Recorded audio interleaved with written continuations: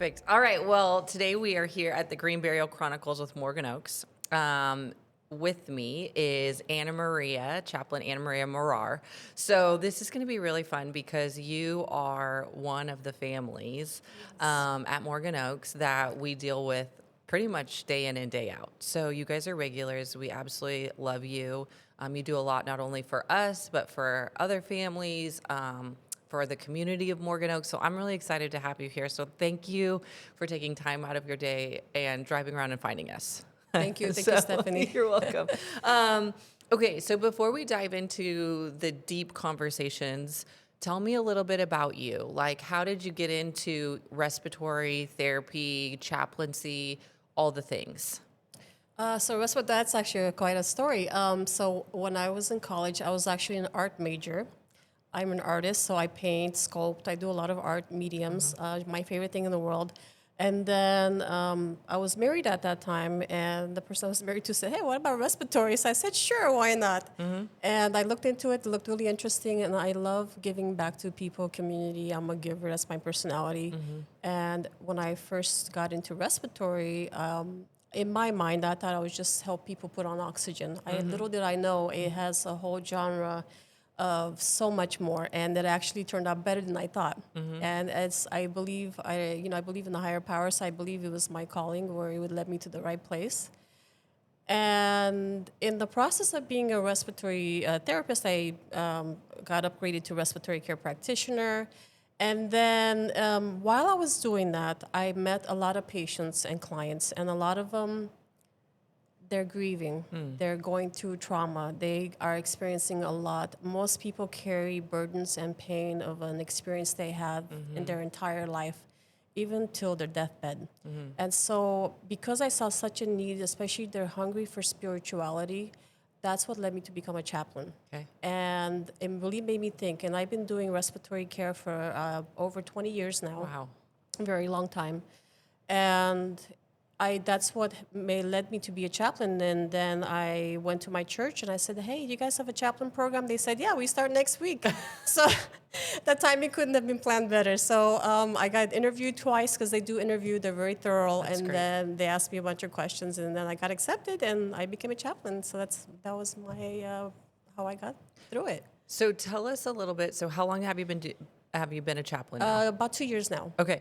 So what's your favorite thing and then what's the hardest thing? And what is it? Like what's a chaplain's job? Because I think there are people, prior to me being a part of the church, I didn't really know what your job was or what that looked like. Yes, so a chaplain. So at the church I go to, they have something called Stephen Ministry, which is long term, so like a year or 2 years.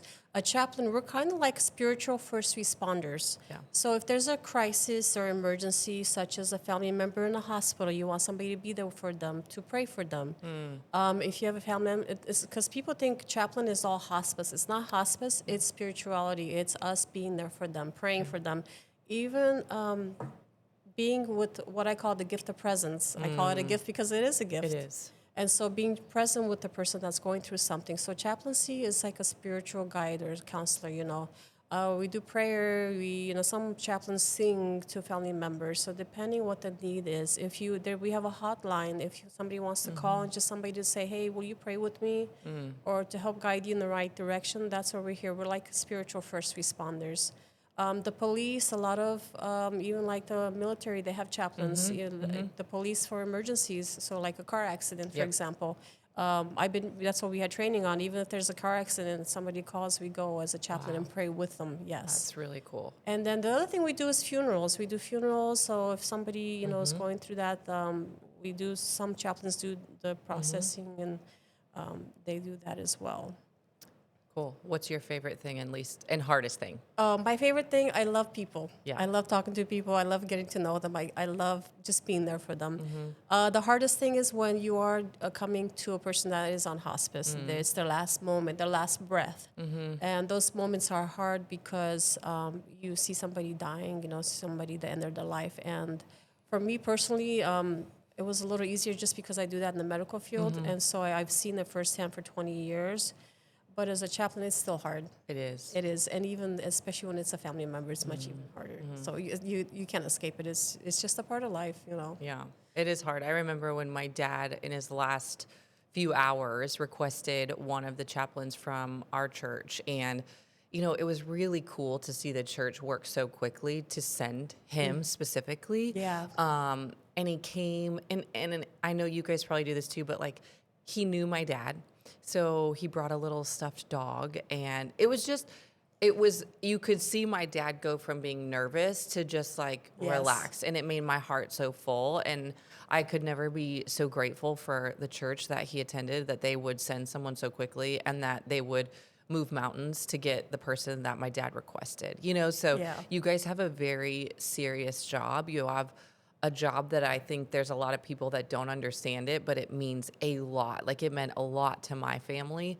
So thank you for what you do, because I Thank know you. it's not easy, and I know that you guys have to move like that, Yes. in very tough, sad, hard situations. So all that to say, that's not the reason you're actually here today, No. but that's about who you are. So Yes. I'm excited because your family is very near and dear to me. I feel like we've grown so close in, Yes. the time that you've been with us, but you actually had trauma in your life. Yes. And so your dad has been laid to rest there. Yes. I'll never forget when you guys came in and your mom and I were talking, and she said, "Your dad sounds like a really nice man. We'd like to be as close to him as Yes. we can." So I feel like our two dads are Yes. together. So tell me, you went through this process. It was probably really hard. Tell me a little bit about your connection with Morgan Oaks and what that looked like for you. So my connection with Morgan Oaks. So my dad passed away actually on election day. Yeah, that's I right. know. November 5th, it was a very difficult day. Yeah. I was there. It was a very hard moment for my whole family because my dad, we were very close to him. He was the jolly man. He was a Christmas baby. Christmas Eve, that was his birthday. So he was like a Santa Claus. And he was always happy, always jolly. So he was the one that brought I guess you could say, the life to the party. He used to goof around. And so losing him was very difficult. Sure. He was my go-to. Like if something happened, I wanted to talk to him, especially about like the supernatural spirituality. My dad was the one I would love to talk to about anything. When I went through my trauma, the first person I called was my dad. He was my anchor, He was the person that had a very strong foundation, and he's the one that taught me about my faith in God, believing in Jesus. And he has a story how he escaped from my country to come to America for for freedom. And so he was a very strong man. And so losing him was hard. And we were looking for a place to lay him to rest. And we found Morgan Oaks, and my sister and I were looking online at every place possible. My dad hated cemeteries. He did not like the way they looked. He always thought they were creepy. So when we found Morgan Oaks, it was a natural preserve. It was perfect. And he was into nature and animals as well. Okay. And so that was so perfect for him that we said, okay, let's give it a go. Let's go look. And so I will never forget this. It was me, my mom, my sister. We stepped out of the car, and as soon as I stepped out, I felt it. I knew this is the place for him. The way it looked, the aesthetic, everything about it just felt right. Yeah. And the thing that really got me was that it's natural. And the nature of the animals, that's another thing.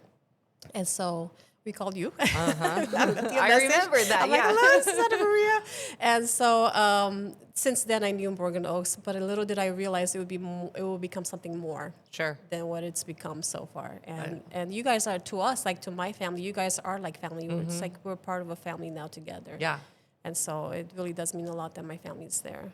It's awesome to have you guys. I mean, we'll get into all the things that you guys do, but for your grief journey, your dad was really close to you. Like my dad Yes. was really close to me. I think it's so cool. As you're sitting here, I'm thinking like, gosh, we have so many things in common. My dad, I would call him, and he was the goof, Yeah. And so my dad is in a cremation plot, so the listeners can understand, a few rows below your dad. And somebody recently said, "Steph, why did you pick that plot?" And I said, honestly, I drive that little road all the time, and I love seeing my dad's name. I love stopping. Everybody says hi. He's, Yes.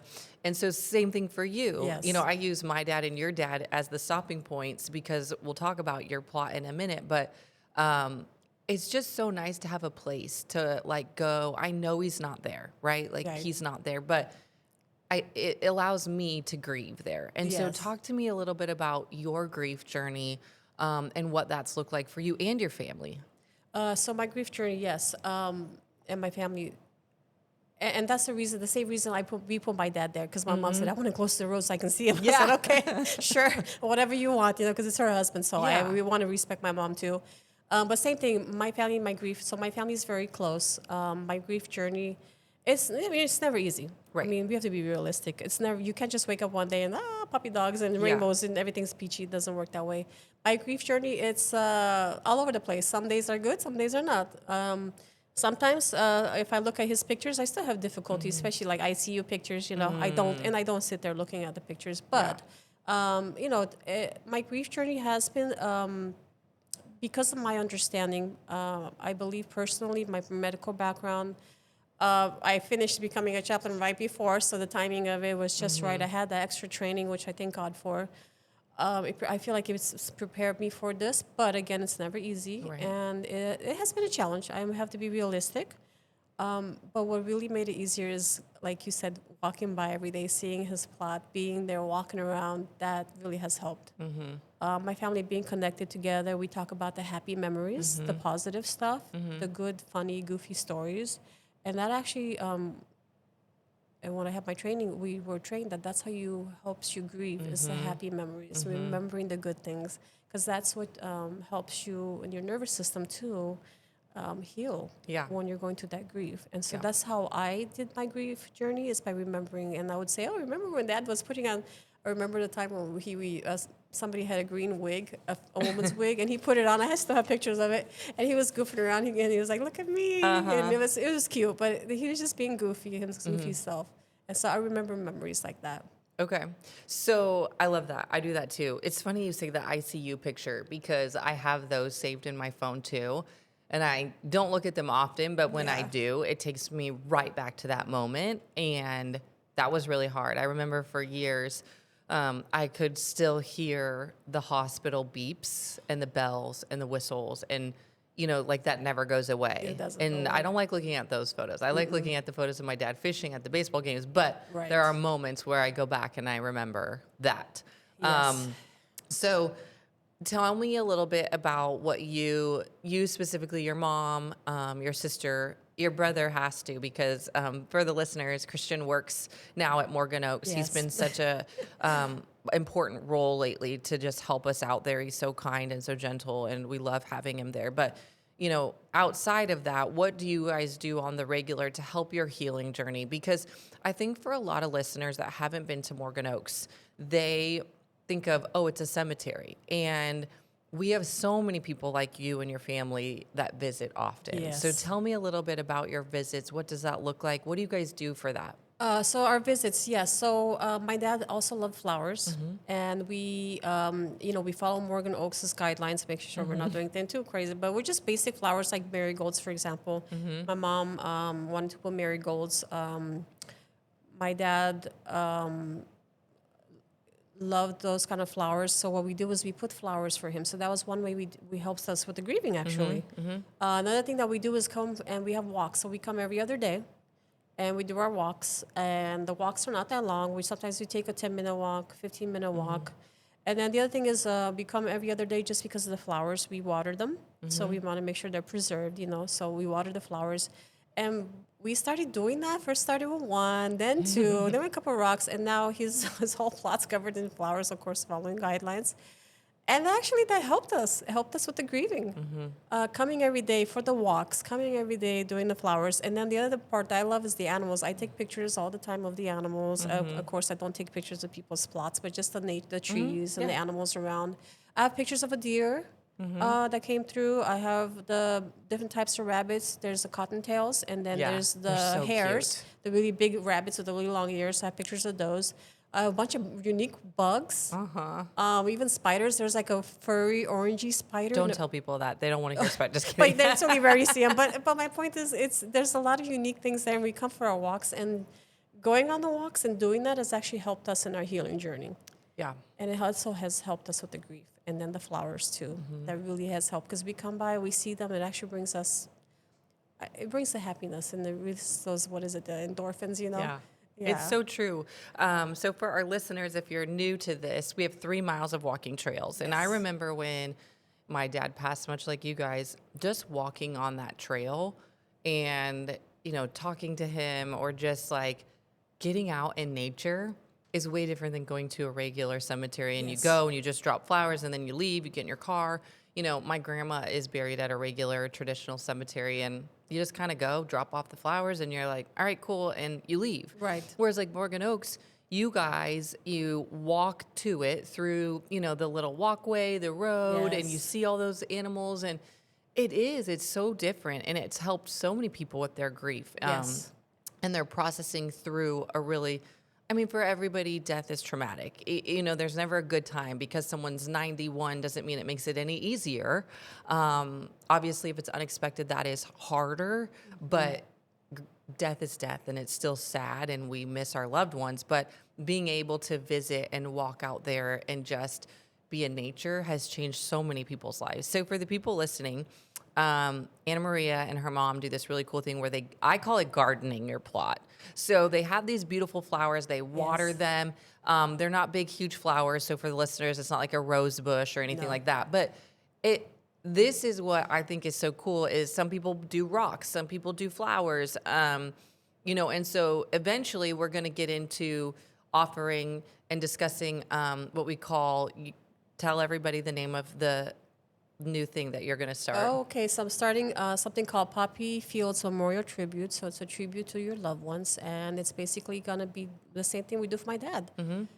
There's a lot of people that love the idea, and I've even had people that are close to him, family members visiting that mentioned, "Hey, I wish I could do that for my family member," and I said, "Why not give back to the community by offering this service?" Right. And that way they can have that as well, take pictures so that they can see, because they can't come. They live far Right, away, right. hour away, however far it is. And so that's what it is, the Poppy Fields Memorial Tribute. It's a tribute to your loved ones. Coming soon. Coming soon, yes. Perfect. So if you haven't been to Morgan Oaks, you can go visit and you can see what they've done to their dad's Yes. plot, or you can just wait and we'll have more information on that. It's Right. absolutely wonderful. It's beautiful, and I'm super excited. So what do you think, what are some of the misconceptions about grief that you wish people understood more? I know, for me, there's a lot. I don't think a lot of people haven't dealt with grief or hard things until much later in Right. life. And so they don't know what to expect. But what would you say is your biggest things? So a lot of people think that you grieve, let's say, for example, for 6 months, and you wake up the next morning, boom, you're healed. Grief doesn't work like that. It's not a straight line. I don't know if you've heard of the different steps of grief. Acceptance, bargaining. It's one, and they have 6 steps or whatever it's Right. called. It's not step 1 through 6. It's step 1 today, tomorrow maybe step 6, Yep, the next yep. day step 2. So it's a process. And what I've seen personally is a lot of people are afraid to face it. They set it aside. I just want to be happy. Yeah. Happy memory. There's nothing wrong with being happy, but you have to let it flow through you like water. Let the grief flow through you. And I believe that's part of the reason how I processed my grief a little earlier than most people, is because I just allowed it to flow through me Sure. when I was experiencing. I remember is right after we laid my dad to rest on Morgan Oaks, and a wave of grief just hit me. I even took a selfie because I wanted to see what my grief looked like to me. I still have the picture of myself, and then if you look at it, it looks fine. I look normal, but my grief hit me so hard, and something in me clicked. I said to myself, "Let it just flow through you. Don't fight it. Just let it go through you." And I did that, and I don't know, something changed in me. And the grief, it's people think that they shouldn't grieve, or some people say, "Oh, you shouldn't be around that because it's negative." No, you have to process, you have to face it, you have to go through it. And as hard as it is, nobody escapes grief. We all have to go through it in life. Yeah. And what I've seen personally firsthand is I've had my moments where I try to put it aside and okay, I'm just gonna live my life and do my thing. No, you can't do that. You can't. The longer you prolong it, the longer it's gonna take. Yeah. But when you surrender to it and let it flow through you and let it run its course, you'd be surprised how quickly you can help you move forward through it. Not over it, not past it, but through it. It's so hard. And it's very, very important. Yeah. That's true. I think a lot of people said grief doesn't get easier, it just gets different. Exactly. Right? Like, I remember calling my friend after like the second year my dad had passed, and I was like, why am I still so sad? And I'm probably going to be sad till I'm 100. Right. It's just going to look different. Exactly. We're going to heal different. But you're so right. And I think a lot of the world is afraid to allow emotion to come up, to Exactly. cry, to whatever. I remember my therapist was like, I want you to go home and just really cry. Put on a Yes. playlist that makes you think of your dad and just let it out. And Yes, I let was it like, out. ugh, that feels and sounds awful because I'm a stuffer. I just like to stuff it and move along. I knew I'd never get through life with that, especially with my dad. So, Yeah. what do you think? Like, what's your, I'm sure you probably answered this, but like now that you've been there for a little bit, like, what's your favorite thing about having your dad at Morgan Oaks as opposed to somewhere else that maybe you guys discussed? Because you do live in Lincoln, right? I live in Lincoln. Yeah, we Yeah. looked at other plots. My favorite thing is this. I love the fact that I can be in nature. Everything is natural. It's not. It doesn't feel like a cemetery. I love the fact that there's no chemicals, none of that. I think that's the best choice we ever made. Yeah. And I love the fact that I can go there, I can get my exercise, I can get my nature, I can get my animal fix, Yeah. because I love animals. I get all that, and I get to stop by and say hi to my dad. And I know he's not there, but I Right. get to go visit the Yeah. plot to remember him. It's like killing. What's the expression? Five birds with one stone, Right, or right, whatever. yeah. It's like that, and I get all of those at once. Why not? And Yeah. I'm a science person. As a medical person, it's really good for your nervous system because we store a lot of grief and trauma in the fascia in our nervous system as well.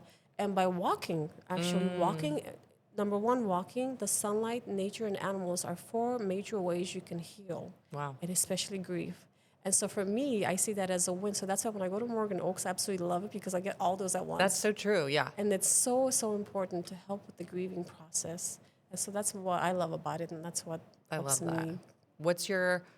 If your dad left you with one thing, what's one thing that he left you with, like maybe a saying or a way of life, or like what's the thing that you remember the most about him? My dad, oh my God, he had so many of those things. One thing I remember I loved about him is, he loved Jesus. He used to say, I love the Lord Jesus. He would say, do the thing and show kindness and love, but do the thing that even when nobody's looking, always do the right thing. Ugh. Even when nobody sees you, because God will. But he never taught us out of fear. It was more of just do love, be kind, and do the things that nobody ever will know, even when nobody's looking, because eventually the truth always comes out. Oh, that's so So good. he was always a very honest man. That's what I really loved about him. Oh, that's so good. Do Yeah. the right thing, even in Yeah. the darkness when no one's looking. I love that. Yes. What brings you joy these days? Oh my God, joy. Actually, coming to Morgan Oaks is the being around animals, nature, just living life, enjoying life. We have so much that we are given every day. Lately, because when my dad passed, it changed something in me. Something in me clicked. It's like I remember at the hospital. Can I share a private moment with you? I was in the hospital. So growing up as a little girl, I used to love putting my head on my dad's chest to listen to his heartbeat. And I have this in my book actually. Whenever we're going through something, I'm always the last person. I'm a fighter. I'm always the last. I was the last one to leave. My mom and my sister were waiting in the hallway in the ICU. I remember everything was dark.